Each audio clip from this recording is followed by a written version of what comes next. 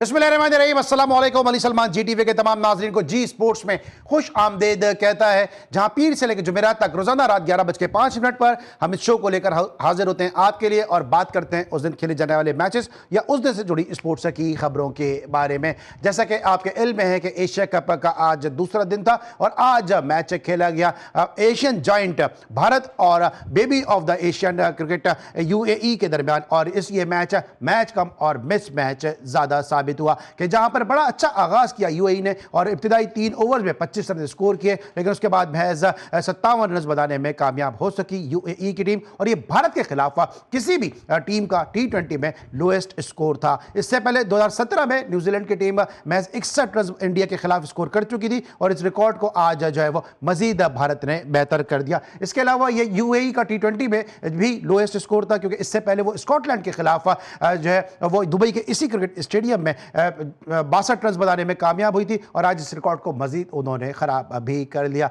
अमूमन Mike Tyson की boxing जो बाउट होती हैं उसके बारे में कहा जाता है कि अभी लोग अपने स्नैक्स के पैकेट भी नहीं खोल पाते और वो अपने हरीफ को नॉकआउट कर देते हैं और बाउट जो है वो खत्म हो जाती है। यही कुछ इस मैच में हुआ कि महज 27 गेंदों में भारत ने इस टारगेट को पूरा किया और बड़ी आसानी के साथ कामयाबी हासिल की। मैच की समरी आपके सामने स्क्रीन पे कि जहां पर पहले बैटिंग करते हुए महज 57 रन स्कोर किए, बड़ा अच्छा आगाज फराम किया था 25 रन का, जहां पे 22 रन बनाए थे अली शान शरफू ने और 19 रन की इनिंग खेली वसीम ने। उसके बाद कोई भी बैट्समैन डबल फिगर में भी दाखिल नहीं हो सका। कुलदीप यादव ने 4 और शिवान डुबे ने 3 विकेटें हासिल की और जवाब में पहली गेंद पे छक्का लगाते हुए बड़ा अपने अजाइम का इजहार किया अभिषेक शर्मा ने और 30 रन बनाए। इसके अलावा 20 रन की नॉट आउट इनिंग खेली शुभमन गिल ने और उसके बाद इस मैच को 9 विकेटों से भारत की टीम जीतने में कामयाब हो गई। इस मैच को डिस्कस करेंगे, पाकिस्तान क्रिकेट के दीगर मामला को भी डिस्कस करेंगे और साथ साथ जो कंट्रोवर्सी सामने आ रही है सलमान आगा की और जो भारतीय कप्तान सूर्य कुमार यादव की हाथ मिलाने के हवाले से, प्रेस कॉन्फ्रेंस के हवाले से, उसको भी आज के शो में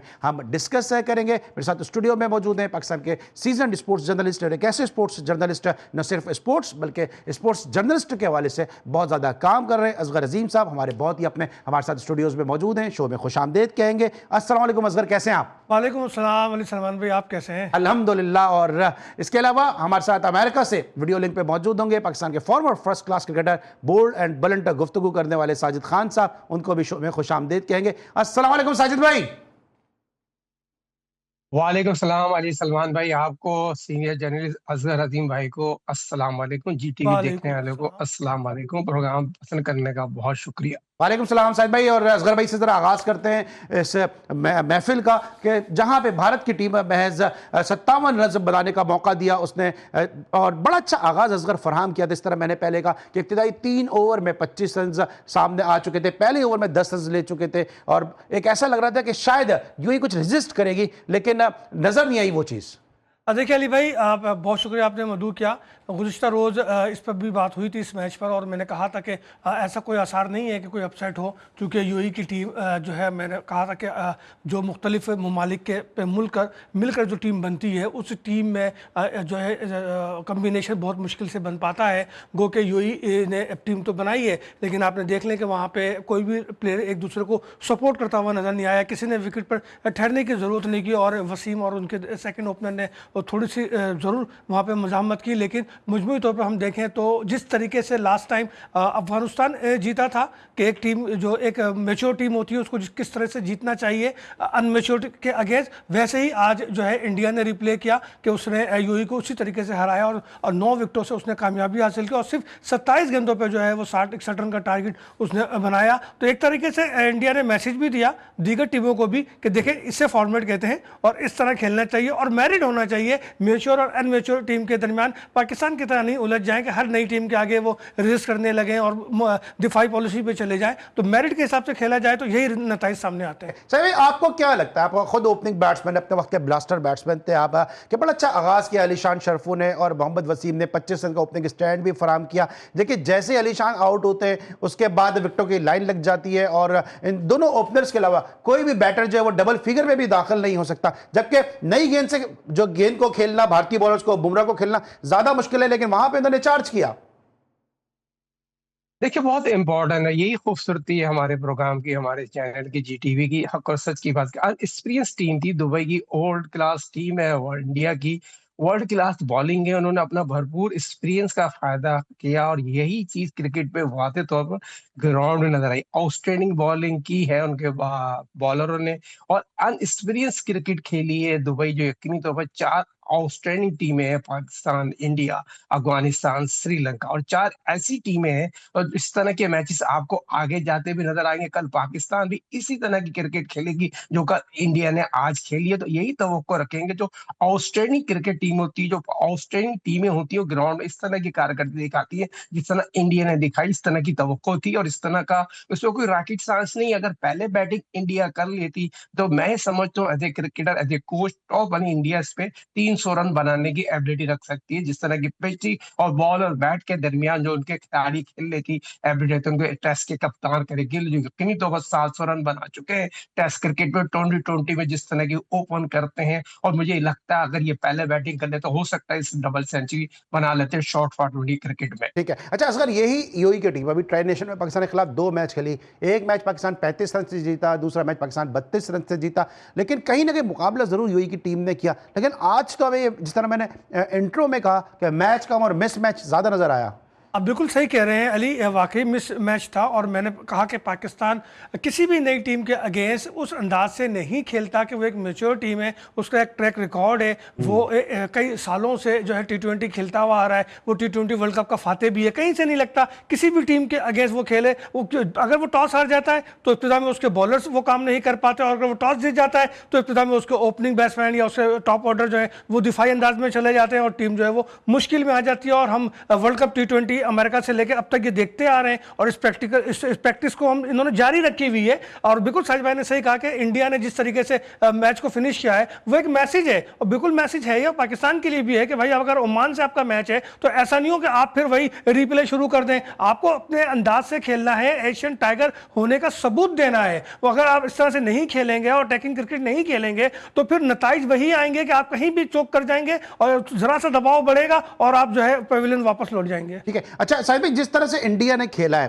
अभी जिस तरह भी असगर अभी भी बात कर रहे हैं और अभी हम भी बात कर रहे हैं, क्या ये वेकअप का कॉल नहीं है पाकिस्तान के लिए कि जिस तरह इंडिया जिन तैयारियों के साथ आया है, क्योंकि काफ़ी अर्से के बाद हमें वो T20 खेलता हुआ नजर आया है। हमने ट्राई नेशन भी खेली, ट्राई नेशन भी में भी हम कन्विंसिंग हम नहीं जीते। अफगानिस्तान के खिलाफ हम फाइनल में लो स्कोरिंग करते हुए जो मैच जीतने में कामयाब हुए, वो तो नवाज ने अच्छा स्पेल कर दिया। फिर 35 रन से 32 रन से यूएई जैसी टीम से हम खेल रहे हैं। वेकअप कॉल है ये इंडिया की परफॉर्मेंस दूसरी टीमों के लिए?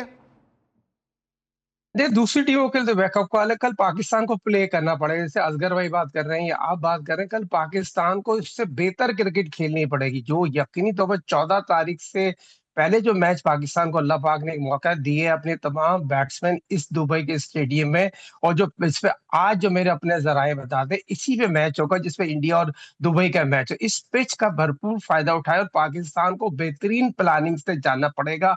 खास तौर पर बैटिंग पावर प्ले में हम बात कर रहे हैं साहबजादा, पर जो भी हमारे साईं भाई की बात करें, जो वो भी बैट्समैन जाते हैं बैटिंग पावर प्ले का भरपूर एडवांटेज उठाए। और पाकिस्तान क्रिकेट टीम को एक ऐसी क्रिकेट खेलना चाहिए जो तमाम लोग जो आज इंडिया की बात कर रहे हैं, कल इसी टाइम पे हम और आप पाकिस्तान की बात कर रहे हैं। जो पाकिस्तान यकीनी तौर पर, जो पाकिस्तान की बॉलिंग, बैटिंग, फील्डिंग, कप्तानी, वो तमाम चीजें बड़े मैच में शो हो जाती है। जैसे असगर भाई आप बात कर रहे हैं 2024 से जो हमारी कारकर्दगी है, इंटरनेशनल क्रिकेट की बात करें, एशिया कप की बात करें, वर्ल्ड कप की बात करें, वो तमाम चीजें ग्राउंड में नजर आती है। अब हमें एशिया कप में बेहतरीन मौका दिया अल्लाह ताला ने, हम अपनी तमाम बैट्समैन, बॉलिंग, फील्डिंग, कप्तानी दिखा सकते हैं, मगर दिखाने के लिए आपको प्ले करना पड़ेगा। 120 बॉलों का खेल में अगर आप बैटिंग करते हैं तो कल पाकिस्तान को अटैकिंग क्रिकेट खेलते हुए 250 रन स्कोर बोर्ड पर लगाने पड़ेंगे। इसके लिए आपको एक सेंचुरी बनानी पड़ेगी, 250 बनाने पड़ेंगे। कितना अरसा हो गया पाकिस्तान के 2020 में न्यूजीलैंड में उसने सेंचुरी बनाई, उसके बाद कोई सेंचुरी नहीं बनी। सिर्फ बांग्लादेश के खिलाफ हारिस ने सेंचुरी बनाई, उसके बाद कहाँ है पाकिस्तान के बैट्समैन सेंचुरी नहीं बनाते। तो मैं ये समझता हूँ कल पाकिस्तान को एक प्ले बहुत ही अच्छा आगाज करना पड़ेगा। टीम मैनेजमेंट को 3 फास्ट बॉलर, 2 स्पिनर से जाना चाहिए, 6 बैट्समैन से जाना चाहिए। पाकिस्तान की जो टीम दुबई में खेलेगी, उन्होंने प्रैक्टिस बहुत की है काफी दिनों से, 15-20 दिन से पाकिस्तान दुबई में मौजूद है। तमाम इतनी भाई गर्मी में उनको तमाम चीजों का एडवांटेज हो चुका है। ठीक है। मगर अब वक्त आ गया है 14 तारीख से पहले जो कल का मैच है अपनी गलतियों को साफ करने का, पानी से धोने का और अटैकिंग क्रिकेट खेलने अटैकिंग क्रिकेट खेलनी चाहिए। और आप बार बार सुन रहे हो कि साहिब भाई कह रहे हैं कि कल पाकिस्तान मैच खेलेगा, क्योंकि साहिब भाई ने हमें इस वक्त यूएसए से जो है वो अपने दिन के हिसाब से कह रहे हैं, वरना हमारे हिसाब से और हमारे नाज़रीन के हिसाब से जिस वक्त हमें पाकिस्तान में सुन रहे हैं ये मैच है परसों खेला जाएगा। पाकिस्तान वर्सेज ओमान मैच परसों है, लेकिन चूंकि साहिब भाई यूएसए में तो अपने हिसाब से कल कल वो कह रहे हैं, वरना ये मैच हकीकत में जो है वो परसों खेला जाएगा। ब्रेक लेंगे, वापस आएंगे, मजीद बात करते हैं, मिलते हैं ब्रेक के बाद।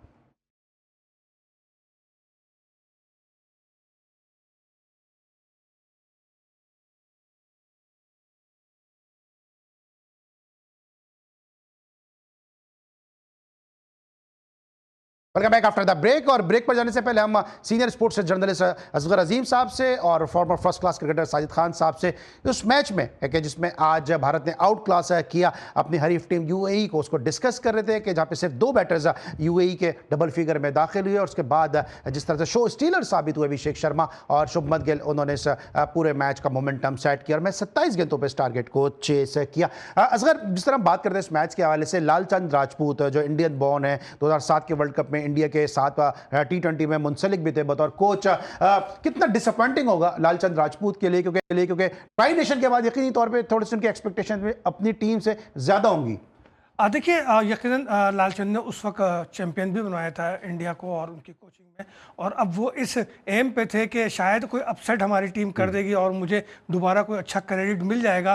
तो एक कोच के लिए बड़ा मुश्किल होता है ऐसे लम्हात को बर्दाश्त करना, क्योंकि उसकी पूरी मेहनत लगी हुई होती है, और ख़ासकर उस टीम के साथ जिस टीम को अभी डेवलपमेंट के दौर से गुजर रहे हो, जिसको बनाया जा रहा हो, तो उस टीम से अगर इस तरह से मिस्टेक हो जाए और वो भी वन साइडेड हो जाए तो यकीनन डिसअपॉइंटेड हैं। तो हमारी नेक तमन्नाएं हैं उनके साथ और ये उम्मीद करते हैं कि एशिया कप में आगे यूएई जो है वो बेहतर परफॉर्म करेगा। साहिब भाई, अब चूंकि विराट कोहली और रोहित शर्मा के बाद ये पहला मौका था कि भारतीय टीम कोई आईसीसी का इवेंट खेल रही थी, लेकिन जिस अंदाज से आगाज किया, ठीक है गो के सामने का कमजोर हरीफ था, टारगेट जो था वो लोएस्ट टारगेट था, 58 रन करने थे, 57 रन पर रिस्ट्रिक्ट कर दिया था, लेकिन उसके बावजूद जिस तरह से अभिषेक शर्मा ने इब्तिदाई 2 गेंदों पे, पहली गेंद पे छक्का, दूसरी गेंद पे चौका, जिस तरह से आगाज लिया, क्या ये क्लियर मैसेज नहीं दिया कि भारत विराट और रोहित के बगैर भी जो है वो एक टफ हरीफ है और एक तर्द वाला साबित नहीं होगा, एक मजबूत हरीफ साबित होगा?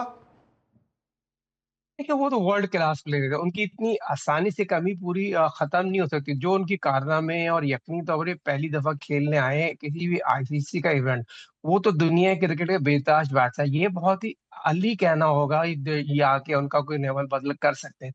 ठीक है, अच्छा आगाज जरूर होने की है कमजोर टीम के खिलाफ। उनका सिस्टम इतना अच्छा है, जो भी प्लेयर आता है मंच के आता है, रणजी ट्रॉफी खेल के आता है, उनके तमाम खिलाड़ी अपनी मुल्क की क्रिकेट को तरजीह देते हैं, कोई भी ओवरसीज लीग खेलने को तरजीह नहीं देते। उनका सिस्टम उतना अच्छा है, उस पर जितनी भी बात की जाए कम है। वो सिस्टम से निकल के आए, उन्होंने अच्छी क्रिकेट खेली, तो ये चीज बतानी पड़ेगी, हौसला अफजाई की।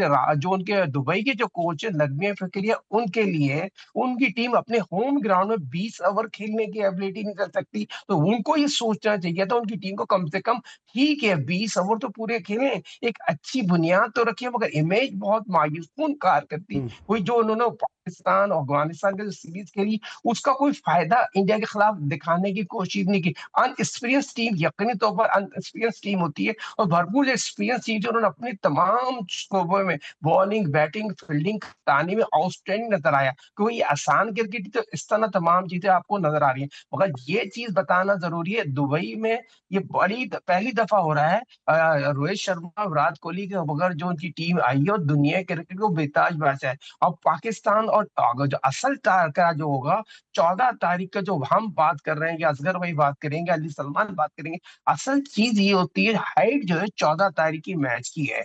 क्या पाकिस्तान इंडिया को हरा देगी? बिल्कुल हराने की सलाहियत रखती है, और पाकिस्तान शॉर्ट फॉर्मेट की क्रिकेट में आउटस्टैंडिंग क्रिकेट खेल सकती है, क्योंकि जो आप पाकिस्तान को मैच खेलने एशिया कप में, वो आउटस्टैंडिंग क्रिकेट की गलती है, मैं जरा इस गुंजाइश मैच नहीं में है। आता हूं, अगर एक तरफ असगर भी जहां आप भी डोमेस्टिक क्रिकेट काफी कवर करते हैं, हमारा भी ग्राउंड पे जो है डोमेस्टिक में रहता है जाना, हम अभी भी जिस तरह भी हमने बात की है कि रोहित और विराट के बगैर हम डिस्कस करेंगे, भारतीय टीम एक मजबूत यूनिट नजर आ रही है। साजिद भाई कह रहे हैं उनका बैकअप, उनका बेंच स्ट्रेंथ अच्छा है। हम कभी जब हारते हैं कह देते हैं हारिस रऊफ नहीं थे, कभी हम कह देते हैं साइम अयूब नहीं थे, अभी भी रोना रो रहे हैं कि जी बाबर आजम होता तुम्हारी बैटिंग लाइन जो है वो अच्छी हो जाती।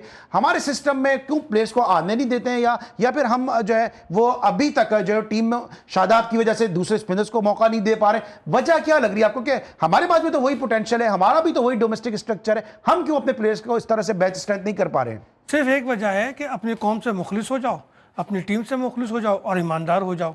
तो इस चीज की कमी है हमारे यहाँ। आकिब जावेद, वहाब रियाज, आपके अब ख्याल में आकिब जावेद मुखलिस कौन नहीं से है? मुखलिस है? अगर मुखलिस होते तो क्या शादाब को सेंट्रल कॉन्ट्रैक्ट मिलता? किस क्राइटेरिया पे दिया? तो मैं समझता हूँ ऐसे बहुत सारी मिसालें अली भाई कि हमारे यहाँ जो भी बोर्ड में आता है वो अपने आप को अपने जो करीबी लोग हैं उनके लिए तो वो मुखलिस होता है, एज ए नेशन वो मुखलिस नहीं होता। और जब तक हम एज ए नेशन मुखलिस नहीं होंगे हमें ये बातें हमें मिलती रहेंगी। बाबर आजम की बात की आपने की, बाबर आजम को अगर वो T20 में ले भी लेते तो कोई बड़ा उससे फर्क नहीं पड़ता, लेकिन एक एक्सपीरियंस प्लेयर हमारे पास मौजूद होता। जहाँ तक मेरी मालूमात का ताल्लुक है, माइक हसन ने बाबर आजम की एंट्री के लिए कहा था और इसके साथ साथ उस्मान को भी कहा था कि उसको विकेट कीपर बिडर हम इस्तेमाल करते हैं, और उस्मान के पास बड़ा वसी तजर्बा है यूएई का। लेकिन यही आकिब जावेद थे जो बीच में आया, उन्होंने कहा कि नहीं ऐसा मुमकिन नहीं है, तो माइक हसन ने उनके आगे हथियार डाल दिए। क्योंकि गोरे ज्यादा बहस नहीं करते, वो कायल करने की कोशिश करते हैं। अगर आप कायल नहीं होंगे तो वो कहते हैं ठीक है जी इनकी मर्जी सानू की है, तो वही उसने किया माइक हसन ने। तो ये सब मामला एक तवील फहरिस्त है हमारे यहाँ डोमेस्टिक क्रिकेटर्स को थल्ले लगाने का, अपने लोगों को आगे लाने का, पर्ची सिस्टम लेके चलने का। तो ये तो कोई उसमें दो राय मैं नहीं समझता। बल्कि मैं तो ये भी कहूंगा कि जिस तरीके से हारिस को टीम में उसने रखा, सलमान अली आगा ने रखा है, वो भी तो एक पर्ची सिस्टम में ही रखा गया है ना भाई। दुनिया पता नहीं क्या समझ रही है, लेकिन ये तो साबित हो गया कि पिछले 4-5 मैचों में 32 रन बनाने वाला हारिस जो है वो किसी भी सूरत टीम के लिए सूट नहीं करता। अब जवाब देखें क्या पेश कर रहे हैं। हारिस तो ओपनिंग बैट्समैन है, वो नीचे जाके खेल रहा है तो उसको दाद देना चाहिए। वो तो अपना टारगेट अचीव कर रहा है, उसको तेज खेलने के लिए कहा जा रहा है, तो वो अपना काम कर रहा है। और मेरे भाई क्रिकेटर मैच्योर होकर अगर इंटरनेशनल क्रिकेट में आएगा तो ये सब बातें नहीं होंगी। अनमेच्योर को लाके जबरदस्ती मैच्योर करने की कोशिश करोगे तो यही बातें होंगी। इसीलिए कहते हैं सिस्टम बनाए, सिस्टम में चले, एक मेरिट को रखें। अगर आप साहबजादा फरहान से विकेट कीपर बैट्समैन का काम ले लेते हैं तो हारिस की जरूरत नहीं पड़ती आपको, आप इसकी जगह एक अच्छा बिटर इन कर सकते हैं। लेकिन अब सलमान अली आगा को समझाया कौन? वो 2 सीरीज जीतने के बाद वो ये समझना है कि वो बहुत बड़े कप्तान हो गए। और मुझे तो उन लोगों पे हैरत है जो सिर्फ 2 सीरीज जीतने के बाद कहते हैं कि सलमान जो है वो बाबर से अच्छा कप्तान है। और भाई कुछ खौफ खुदा करो, इतनी जल्दी ना ही तो ताज पहनाओ और ना ही कपड़े उतारने में जल्दी क्या करो। आप लोगों की यही आदत है, हमारे लिए दर्द सरी बनी हुई है। ठीक है, असगर का ये कहना है कि जनाब हारिस को जो है वो अप्रोप्रिएट अपॉर्चुनिटीज दी जा रही है, दूसरे विकेट कीपर्स को नहीं दी जा रही। लेकिन हमारे क्रिकेट का अलमिया ये है कि पहले हम उमर अकमल को विकेट कीपर कोशिश करते रहे, उसके बाद हमने जो है वो कोशिश कर रहे हैं कि अब साहबजादा फरहान को विकेट कीपर बनाएं, एक और बैट्समैन जाया करने जा रहे हैं, और मरे पे 100 रही है कि ख्वाजा नाफे को भी जो है वो विकेट कीपर बनाने की कोशिश की जा रही है। हालांकि ये सब जो है वो पार्ट टाइम विकेट कीपर हैं। जिस तरह खुशदिल शाह फाटा के लिए विकेट कीपिंग करते रहे, ये कुछ उसी टाइप के विकेट कीपर हैं। जेन्युइन विकेट कीपर ये लोग नहीं हैं, और हम शायद विकेट कीपिंग के चक्कर में जिस तरह उमर अकमल की हमने टैलेंट जाया किया बैटिंग के हवाले से, इस तरह शायद अब इनको भी जाया कर देंगे। ब्रेक लेंगे, वापस आएंगे, कुछ पाकिस्तान क्रिकेट की बात करेंगे। मिलते हैं छोटे से ब्रेक के बाद।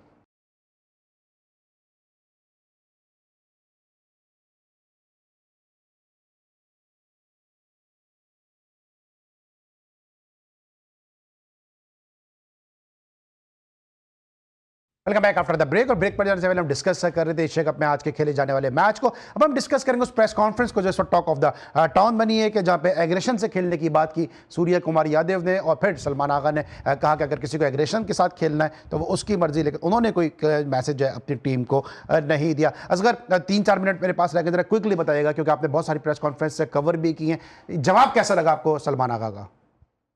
और देखिए जवाब ठीक है। अब सलमान आगा ने यादव के सामने एक वाज़ेह मैसेज दिया, और जो जवाब दिया उस जवाब का रिजल्ट आना चाहिए। अगर रिजल्ट आता है तो फिर सलमान आगा के जवाब को 4 चांद लग जाते हैं, लेकिन अगर वो बैकफायर कर जाते हैं तो फिर बहुत मुश्किल हो जाएगी। साहब आप किस तरह देखते हैं कि जिस तरह हैंडल किया इस पूरे मामले को, क्योंकि एग्रेशन से बात की खेलने की यादव ने, और फिर सलमान आगा ने उसको न्यूट्रलाइज कर लिया उस पूरी चीज़ को? देखिए बहुत इंपॉर्टेंट है, अच्छा मैसेज ये है और इसको पॉजिटिव लेना चाहिए और पॉजिटिव मैसेज ग्राउंड में प्ले करना चाहिए। यही कप्तान की खूबसूरती होती है, कॉन्फिडेंस पाकिस्तान के। जिस तरह असगर भाई भी बात कर रहे हैं, जब प्रेस कॉन्फ्रेंस होती है तमाम जर्नलिस्ट बैठे हुए होते हैं और ये पहली दफा हुआ 8 मुल्क के जो कप्तान थे उसमें 2 कप्तानों की बड़ी इंपॉर्टेंट थी। बीच वाला जो आपा का रोल प्ले कर रही थी राशिद खान, तो वो उधर ज्यादा झुकाव था उनका। मगर जिस तरह सलमान ने बात की, मैं अब सलमान को सेकंड करूंगा, बहुत अच्छा लगा। और हम अच्छी की बात करते हैं कि यकीनी तौर पर जो गरूर है ना, वो यकीनी तौर पर 14 तारीख को ये तोड़ रहा इंडियन है। हम इंडियन मीडिया क्यों उठा रहा है इस चीज को कि मोहसिन नकवी से अगर सूर्य कुमार यादव ने हाथ मिला दिया? मैं एक साहब को देख रहा था यूट्यूबर को, वो कह रहे थे नहीं नहीं नहीं, पहले तो जी सलमान आगा ने हाथ बढ़ाया, सूर्य कुमार तो हाथ मिलाना ही नहीं चाह रहे थे। मतलब इन पैटी इश्यूज को, छोटी छोटी बातों को क्यों हाईलाइट करके स्पोर्ट्स को सबूताज कर रहे हैं?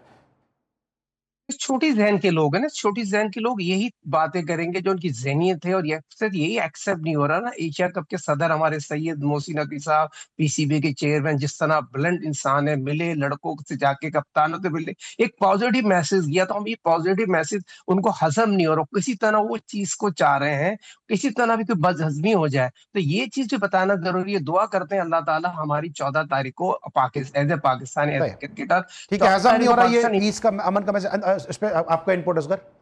देखिए बिल्कुल सही कह रहे हैं साजिद भाई कि पाकिस्तान की कामयाबी इंडियंस को अब तक हजम नहीं हुई है, और मोहसिन नकवी ने एक पॉजिटिव मैसेज दिया और उस रिवायत को बरकरार रखा। तमाम कप्तानों से उन्होंने मुलाकातें की, और ये कोई जुर्म नहीं है बल्कि एक रिवायत है और एक तकाजा है। सलमान ने पहले हाथ बढ़ाया। नहीं, ये इंडियन का मसला ये है कि वो आज तक तंदूर की आग में जल रहे हैं, और मुझे लगता है कि आइंदा कई साल तक वो जलते रहेंगे, चूंकि उनके साथ प्रॉब्लम यही आ गई है कि जहां भी उनको मोहसिन नकवी साहब नजर आते हैं तो वो चेयरमैन पीसीबी या चेयरमैन एशियन क्रिकेट काउंसिल नहीं, बल्कि वो उनको वजीर दाखिला के तौर पे देखते हैं, और फिर वो सारी प्लानिंग उनके सामने आ जाती है कि जो जिसके लिए मैं अक्सर कहता हूं कि जब धोगे तब रोगे। बिल्कुल जनाब। और कुछ लोगों का नसीब है कि जब तक जिंदा है जब भी जल रहे हैं, और जब मर जाएंगे तो जब भी उनको जलना ही है, तो जलना उनके नसीब में। लेकिन ये मैसेज है तमाम हमारे इंडियन भाइयों के लिए नहीं है, क्योंकि कुछ अच्छे लोग भी हैं जो प्यार की, दोस्ती की, अमन की और प्रेम की बात करते हैं। लेकिन ये मैसेज उन लोगों के लिए इस मंच से, इस प्लेटफॉर्म से,